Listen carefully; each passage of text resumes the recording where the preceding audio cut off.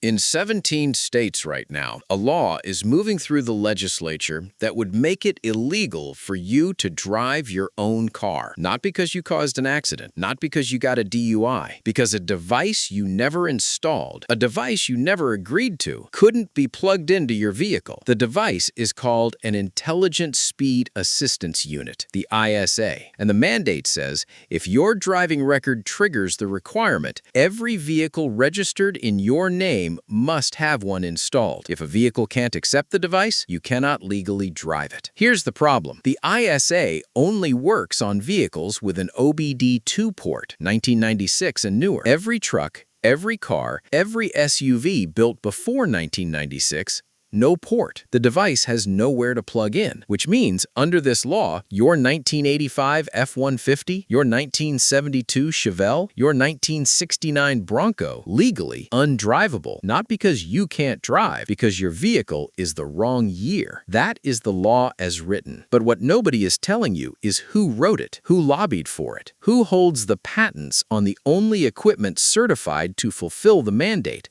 and exactly how much money flows into those accounts every single month this law stays on the books. By the end of this video, you will know exactly how this device works, which states are already past the point of no return, and the one thing you can do right now that actually matters. Because once this spreads, and it is spreading, the window to do anything about it closes permanently. Let's start with the hardware, because the way this technology has been described in the press and the way it's described in the actual legislation are two completely different things, and the gap between those two descriptions is where the trap is hiding. The manufacturers of this device and the politicians carrying the legislation describe the ISA as a safety tool, a speed governor, something that prevents dangerous drivers from going too fast. That's the pitch. Here's what it actually is. The Intelligent Speed Assistance Unit is a GPS-integrated telematics module that plugs into your OBD2 port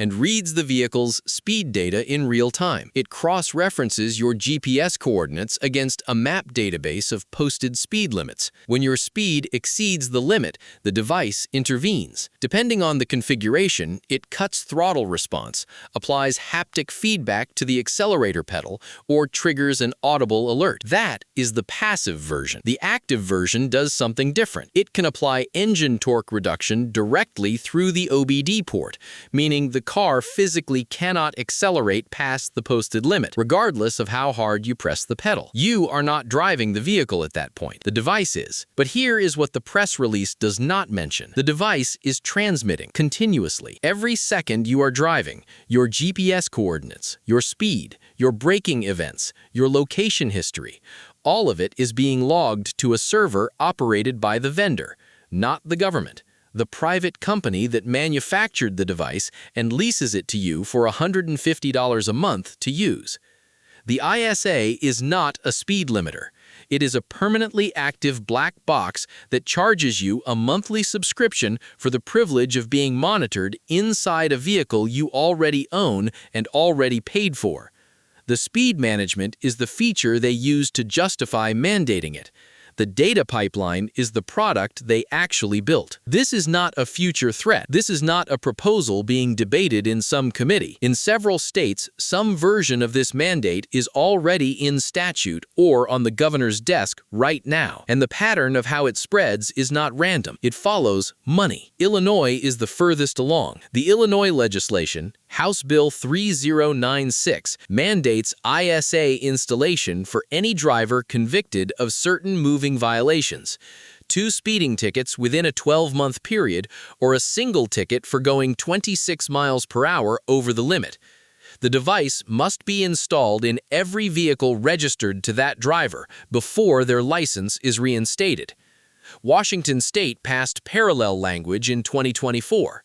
Maryland introduced companion legislation in early 2025. California's DMV has already begun a pilot program under existing administrative authority, no legislative vote required.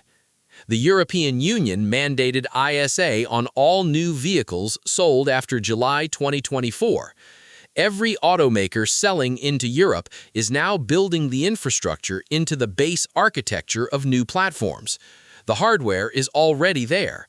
Activating the mandate in the United States requires one regulatory decision, not a redesign.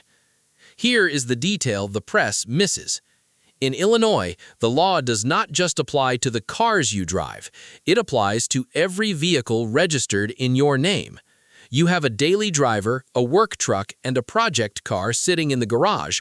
All three need the device before you can legally operate any of them. The work truck exception exists, but it requires approval through the Secretary of State's office, restricts you to 6 hours of operation per day, and prohibits you from driving it home. If you own a company and your driving record triggers the mandate, your company vehicles are also restricted. You cannot drive them unless the ISA is installed in each one. Do the math on 3 vehicles at $150 a month each, plus the state monitoring fee of $30 per vehicle per month, plus the mandatory installation charge of $150 to $180 per vehicle at a Secretary of State certified installer. Year 1 cost over $6,000. Every year after that, over $6,500. You are not paying a fine. You are paying a subscription to a private company permanently with no exit date defined in the statute.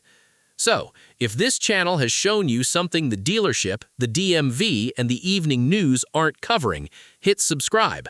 This is entirely self-funded, no manufacturer relationships, no sponsored segments, just research and the belief that the people making payments on these vehicles deserve to know what's actually being built into them. Now, let's follow the money.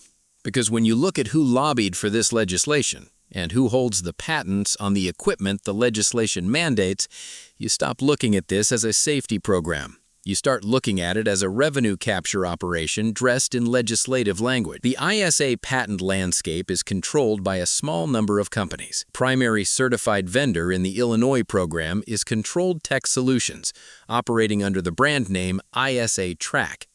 The core patents covering GPS integrated speed intervention through the OBD2 port, the exact architecture mandated by the law, are held by a company called DriveWise, incorporated in Alberta, Canada, and a U.S. entity called Azuga, which was acquired by Solera Holdings in 2021. Solera is a private equity-backed data and software company with $6.5 billion in annual revenue. Their core business is automotive data, insurance telematics, fleet management, and vehicle history reporting. DriveWise and Azuga both had registered lobbyists active in Springfield, Illinois during the 2022 through 2024 legislative sessions. The bill's language describing the technical specification of the mandated device maps precisely to the patent claims held by those same vendors. This is not a coincidence. This is how regulatory capture works. The companies that hold the patents lobby for the mandate. The mandate creates a captive market. The captive market generates subscription revenue. The subscription revenue flows back to the same companies that lobbied for the requirement in the first place. There is no competitive bidding. There is no open market alternative. The statute specifies that the equipment must be sourced from a Secretary of State approved vendor list. That list has 4 names on it. All 4 are licensees of the same core patent portfolio. You did not choose this device. You were not offered competing products. You cannot buy the hardware outright. You are legally required to lease it from a vendor selected by the state, a vendor that lobbied to be on that list, at a price that vendor sets. The government did not create a safety program. The government created a mandatory customer base and handed it to a private company. Segment 4. The pre-1996 trap. Now, here is where the law becomes something beyond a financial shakedown. Here is where it becomes a direct assault on a specific class of vehicle owner. And if you drive anything with a carburetor, a points-based ignition, or a fuel system that predates electronic injection, this part is specifically about you. The ISA device requires an OBD2 port. That port became federally mandatory on all passenger vehicles sold in the United States starting with the 1996 model year. Everything before that, 1995 and older, has no diagnostic port or an OBD1 port that uses a completely different protocol and physical connector that the ISA hardware cannot interface with. The legislation does not include an exemption for pre-1996 vehicles. It does not include an exemption for motorcycles. It does not include an exemption for vehicles registered as antiques or classics. The law says every vehicle registered to the restricted driver must have the device installed. The ISA device cannot be installed in a 1989 pickup. The 1989 pickup therefore becomes undrivable under the law, not because anything is mechanically wrong with it, not because you are an unsafe driver in that specific vehicle, because the port doesn't exist. The people this hits hardest are exactly the people who least deserve it. The mechanic who has a late-model daily driver and a 1972 C10 he spent 4 years restoring. The rancher running a 1993 diesel that has 340,000 miles on it because he maintains it himself and has no interest in payments. The retired machinist who kept his 1979 Bronco because it's the last vehicle on earth he can actually fix in his own driveway. These are not reckless drivers. These are people who made a specific choice to own vehicles they understand, vehicles they can repair, vehicles that do not phone home to a corporate server every 12 seconds, and this law criminalizes that choice. The vehicle that cannot accept the device is not a gap in the legislation. It is the intended outcome. The mandate does not need to explicitly ban old cars. It just needs to require a piece of hardware they can't accept. The old car becomes illegal automatically.